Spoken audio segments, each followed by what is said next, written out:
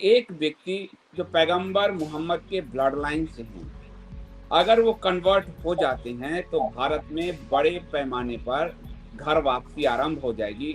कोई है जो इस घर वापसी के विरुद्ध है और वो नहीं चाहता कि बड़े कद का कोई भी मुस्लिम लीडर घर वापसी करे, और इसलिए उनको ऐसा लग रहा है कि टॉर्चर किया जा रहा है ताकि भविष्य में कोई भी मुस्लिम घर वापसी की हिम्मत ना करें। जितेंद्र नारायण सिंह त्यागी जब वापस आए थे सनातन धर्म में, तब उदिता त्यागी जी ने, जब त्यागी समाज में उनको शामिल किया था, उदिता त्यागी जी ने राखी बांध कर उनका स्वागत किया था, उनको परिवार का मेंबर बनाया था। उदिता जी लगातार तब से लड़ रही हैं। आज में हमारे साथ उदिता जी हैं। हरिद्वार जेल से अभी जितेंद्र नारायण त्यागी जी ने जो पत्र लिखा है, उदिता जी, वो पत्र बड़ा हृदय विदारक है। मैं वो पत्र पढ़ देना चाहता हूँ और सारे हिंदुओं को बता देना चाहता हूँ कि कोई आपके लिए जब लड़ता है तो उसको कितनी तकलीफों से, परेशानियों से जूझना पड़ता है। ये पत्र की एक एक भाषा हम फिर विमर्श करेंगे। पढ़िए। आदरणीय श्री यति नरसिम्हानंद गिरी जी महाराज प्रणाम। हरिद्वार जेल से चिट्ठी। कृपया मेरे इस दुख दर्द को सनातन धर्म के लोगों तक मीडिया के माध्यम से पहुंचाने की कृपा करें। आदमी जब तक अपने मजहब में था, कोई उसको छूने का प्रयास तक नहीं कर सका। अपने मजहब वालों को जब वो देखता होगा, ओवैसी जैसों को, तौकीर रजा जैसों को, तो वो क्या सोचता होगा कि ये हिंदुओं के खिलाफ नफरत उगल रहे हैं, तब भी बचे हैं। मैंने सिर्फ यही तो कहा, शस्त्र में वो जैसे, और मुझे जेल में डाल दिया गया। वो कहते हैं कि जिहादियों के दुनिया में महफूज ना था वसीम, जिहादियों की दुनिया में महफूज ना था वसीम, घर वापस हुआ मगर घोंसला उजड़ गया। ये दर्द आप समझिए, कोई क्यों आपके यहाँ घर वापस करेगा। घर वापस हुआ मगर घोंसला उजड़ गया। मेरी बस्ती के सारे लोग तमाशबीन थे, मेरी बस्ती के सारे लोग तमाशबीन थे, देखते रहे मगर मेरा घर जल गया।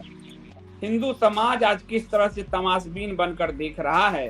कल कोई क्यों आएगा तुम्हारे घर, ये एक दर्द है, इसको सुनो। मेरी बस्ती के सारे लोग तमाशबीन थे, देखते रहे मगर मेरा घर जल गया। शिकारियों की आमद है, हो जाओ होशियार, शिकारियों की आमद है, हो जाओ होशियार। जंगल गए बताने मगर शेर हमें निकल गया। हम जंगल गए बताने लेकिन शेर ही हमें निकल गया। ये जो तंत्र है वही इनको निकल गया। और सियासत के दरबारों में, अंधों की अदालत में, सियासत की दरबारों में, अंधों की अदालत में हक बोला तो मगर फांसी पर चढ़ गया। और हक की बात की कि सनातन सुंदर है, वापस आना चाहिए, मुझे फांसी लटका दिया गया, यानी कानूनन मुझे अंदर कर दिया गया। देवनगरी की जेल ने, हरिद्वार से उनको गिरफ्तार किया गया था, देवनगरी की जेल ने एक सीख दी मुझे, तू डरा नहीं जितेंद्र मगर जमाना बदल गया। आप ये देखिए, दर्द देखिए। देवनगरी, अंग्रेजों के जमाने में हरिद्वार में एक भी मुस्लिम नहीं बच सकते थे। अंग्रेज बेहतर थे या आजादी के बाद का शासन व्यवस्था। और वो कह रहे हैं कि देवनगरी की जेल ने एक सीख दी मुझे, तू डरा नहीं जितेंद्र मगर जमाना बदल गया। तू डरा नहीं, तू वापस आया। लेकिन जो लोग तेरे उस मजहब में थे और जब वो एक्सपोजर कर रहे थे, तुम्हारी वाह वाह कर रहे थे, जब तुम इस अपने घर वापस आए, उनकी नजरें ही बदल गई। सर कटा लो मेरा तुम, इजाजत है तुम्हें, हारा नहीं हूं मैं मगर जमीर तेरा मर गया। वो अभी भी नहीं हारे हैं, वो कह रहे मैं लड़ूंगा, लेकिन तुम देखो कि तेरे जमीर में कितने पैबंद लगे हैं, तुम्हारा जमीर मर चुका है। नरसिम्हानंद संत है लेकिन ललकारता रहा, नरसिम्हानंद संत है लेकिन ललकारता रहा। अपनों से अच्छा था मगर अकेला पड़ गया। अपनों के कारण वो ललकारता रहा कि हिंदू साथ आएंगे, लेकिन हिंदू एक ऐसी मुर्गी मानसिकता में जीता है, उसे सिर्फ वोट से मतलब है। वो कटता रहा कश्मीर में, वो कटता रहा कैराना में, वो कटता रहा केरल में, वो कटता रहा बंगाल में, लेकिन होश है कि उसे आती ही नहीं। अपनों से अच्छा था मगर अकेला पड़ गया, त्यागी त्याग करके हे राम पर सब कुछ, त्यागी त्याग कर हे राम पर सब कुछ, अंधेरों में खुश था मगर चरागों से जल गया। उस अंधेरे मजहबी सुरंग में था तो खुशी था, कोई मुझ पे गिरफ्तार करने की हिम्मत नहीं कर सकता था, क्योंकि उस मजहब को तुष्ट करने की बीमारी यहाँ की पॉलिटिकल पार्टियों को, शासन तंत्र को और अदालतों को है। लेकिन जब यहाँ आया रोशनी में, सनातन की रोशनी में, चिरागों से जल गया, अपनों ने ही हमारे घर में आग लगा दी। उदिता जी, इस पूरे चिट्ठी में इतना दर्द है, और आपने तुमको भाई बनाया है, आप मिलकर आई हैं, क्या मतलब उनके मनस्थिति कैसी है? हम लोग क्या कर रहे हैं और सिस्टम किस तरह किस डायरेक्शन में जा रहा है, वो देखने वाली बात और ध्यान रखने वाली बात भी है कि घर वापसी को कितना मुश्किल बनाया जा रहा है, वो भी बिना बात। ये असल में यही है उदिता जी, जो आपने कहा कि घर वापसी को टारगेट किया गया, और कोई मुद्दा नहीं है, ताकि कोई घर वापसी ना करे, और आम लोग जो करता है वो अलग बात है। एक शिया वक्फ बोर्ड का चेयरमैन रहा हो, एक जो पैगंबर मोहम्मद की ब्लड लाइन से रहा हो, सैयद अपर क्लास मुस्लिम, वो आता हो, तो उसके साथी समर्थक जो, और ये पूरी दुनिया का इतिहास है कि अगर आपका नेता बदल गया, धर्म परिवर्तन कर लिया, तो आपके पूरे फॉलोअर्स बदल जाते हैं। अम्बेडकर बहुत सारे लोग, बिल्कुल बहुत सारे लोग उदाहरण है। हाँ, तो ये रोकने का प्रयास दिख रहा है, घर वापसी को डैमेज करने के लिए पूरा तंत्र जुड़ गया है, ताकि जितेंद्र नारायण त्यागी के बाद कोई हिम्मत ना कर सके कि भाई जब यही हालत होना है तो हम अपने मजहब में सुरक्षित रहें, और इसीलिए उनको टारगेट किया गया है। और इसलिए इतने धर्म संसद हुए, बरेली पते नहीं कहाँ, लेकिन टारगेट इनको किया गया, और जानबूझ के 9 में से 1 को उठाया गया, ताकि उनको दिखे बाहर के लोगों को कि ये तो साधु संत हिंदू वाले घर वापसी के बाद हमको अकेला छोड़ देंगे। ये भी भ्रम पैदा किया गया है उदिता जी, अगर आप देखिए बारीकी में, कि अकेले इनको लेके तो ये कहा गया कि साधु संत ने इनको मरवा दिया।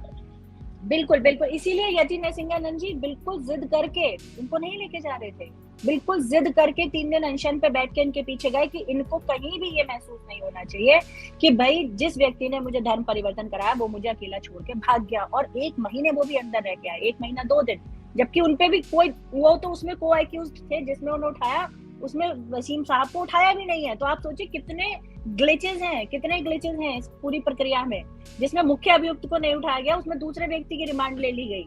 रुचिका की नाम की एक महिला ने डेरोगेटरी कमेंट्स के लिए एक और उस पर उनको कह गया था, जिसके लिए उनको उठाया, फिर उनकी रिमांड उस वाले केस में ले ली वहां, जब गए रिमांड कोर्ट में, बच्ची उसका मैं वहां पर। आप देखिए मजे की बात, मतलब जिसमें मेन एक्यूज नहीं उठाया गया उसमें को एक्यूज उठ गया जो कि अज्ञात में है। तो आप समझिए मतलब हो क्या रहा था भाई। वो व्यक्ति का मैं इस बात की प्रशंसा करूंगी कि उसने कम से कम आखिरी समय तक अपने भाई को नहीं छोड़ा। अगर वो त्यागी बने, उनको वो लेके आए, उन्होंने अपने पिता का नाम उनको दिया, अपना भाई बनाया, तो वो उनके साथ आखिरी मोमेंट तक खड़े रहे। लेकिन ये बहुत बड़ी साजिश थी ये बताने की कि भाई देखो कोई हिंदू तो गया नहीं अंदर, एक भी, इसमें 9 लोग एक्यूज्ड है, और उसमें से एक व्यक्ति जो कि सनातन में आया है और पूर्व में मुस्लिम था, उसको उठा लिया गया। तो ये भी भ्रम की स्थिति पैदा होनी थी, और उन लोगों ने इसका प्रोपेगेंडा भी चलाया। आप अगर YouTube पे देखें तो बहुत सारे वो हैं वीडियो, अभी भी वो कुछ बोलते रहते हैं। लेकिन आप ये समझिए ना कि हो क्या रहा है, ये पूरी अगर इस क्रोनोलॉजी को आप समझो तो सिर्फ यही तो है कि भाई सनातन में वापसी नहीं करने देंगे, और अगर कर ली तो देखो क्या हाल होगा जितेंद्र जैसा। ये एक एग्जाम्पल सेट किया जा रहा है, और इस एग्जाम्पल को यहाँ अगर आज खारिज नहीं किया गया तो देखिए समस्या भी ऐसी की ऐसी रहनी है। और घर वापसी जो इतने सारे लोग करना चाहते हैं, लाखों की तादाद में, उस पर कितना बुरा और खराब फर्क पड़ा है, इस चीज को आप इस केस से समझिएगा कि कितने बड़े बड़े लोग जो हिंदुस्तान आए ही घर वापसी के लिए थे, वापस चले गए।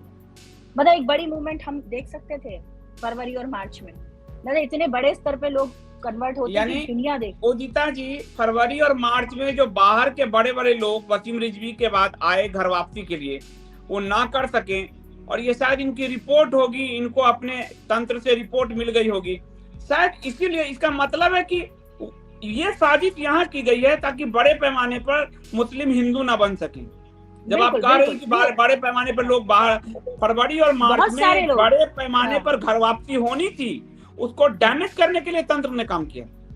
मतलब एक पूरा सिस्टम ऐसा बन गया कि भाई देखो जितेंद्र अंदर पड़े हुए हैं, अभी भी बाहर नहीं आ रहे हैं, इतनी छोटी सी धारा में जिसमें 3 साल की कारावास है सिर्फ, उसमें उनकी बेल नहीं हो रही है, तो बाकी लोग तो डरेंगे ही ना। संदीप जी आप देखो ना, एक मैसेज क्या कन्वे हुआ कि भाई उसे तो कोई निकाल ही नहीं पा रहा, पूरी कम्युनिटी लग के उसको नहीं निकाल पा रही है। और जब तक वो रिजवी थे, उनपे एक आध केस नहीं है, वो इतनी बड़ी शिया वक्फ बोर्ड के चेयरमैन है, उनपे एक आध केस नहीं है, मतलब बहुत तरह तरह के केसेस है। कभी जिंदगी में बंदा एक दिन के लिए भी नहीं गया, और जिस दिन हिंदू बन गया उस दिन 2 महीने से अंदर सड़ रहा है। तो ये मैसेज तो समझो आप, भाई पहले भी तो वही वसीम रिजवी आदमी तो वही है, आदमी तो वही है ना, पहले उसका नाम वसीम रिजवी था, उसे कहीं किसी जगह वो नहीं गया। मतलब ये उनके परिवार के एक स्टेटमेंट था, मतलब मैं हिली से सुन के कि आप मुझे बताइए दीदी, आज तक जब वो रिजवी थे कहीं, अब उनकी वाइफ पे भी हमले हो रहे हैं, उनकी वाइफ को भी प्रॉब्लम हो रही है, परिवार भी इनसिक्योर फील कर रहा है, कौन इसका जिम्मेदार, कौन जिम्मेदार? तो हम सभी हैं संदीप जी, मैं तो खुद को भी इसी कैटेगरी में गिनती हूँ। अगर हम लोग आज उनके साथ खड़े हुए तो मतलब फिर ये समझो कि हम, क्योंकि अब ऐसा लग रहा है उदिता जी, जैसे पाकिस्तान आदमी में और अफगानिस्तान आदमी में कोई अपना इस्लाम छोड़ के इधर आ जाए तो उसके साथ जो दुर्व्यवहार होगा, ऐसा लग रहा है ये देश हिंदुओं का नहीं है, कोई हिंदू बन जाए तो उसको सजा दी जाएगी। मतलब ये उनका प्रताड़ना है, ये प्रताड़ना है। और मतलब देखिए, जब हम कानून के हिसाब से चल रहे हैं पहले दिन से संदीप जी, तो हमें मतलब फिर कानून के हिसाब से हमको भी वही ट्रीटमेंट मिलना चाहिए जो दूसरे सामने वालों को। तुमने उन्हें क्यों नहीं, मैं सिर्फ उत्तराखंड की बात कर रही हूँ, केसेस तो हजारों हुए हैं पूरे देश भर में, बताओ ना तुमने उन्हें क्यों नहीं उठाया? सेम डे पे जलसा कर रहे हैं, मारने काटने की बात कर रहे हैं, जिहाद की बात कर रहे हैं, एक गिरफ्तारी हुई हो तो मुझे बता दे कोई भी। मतलब सारे प्रॉब्लम और वो हमारे लिए ही है क्या? और बेचारा एक आदमी हिंदू बन गया, इतनी हिम्मत करके पूरी दुनिया भर की दुश्मनी और लड़ाइयां लेके, कितने करोड़ों रुपए का इनाम है इनके और यतीन सिंहानंद जी के सर पे, आपको तो पता है कितनी बार आपने लाइव किए हैं उस पर। इतने रिस्क के बाद कोई बन रहा है, उसके बाद हम लोग क्या कर रहे हैं, हमारा तंत्र क्या कर रहा है? मतलब एक नैरेटिव पे हम सब चल रहे हैं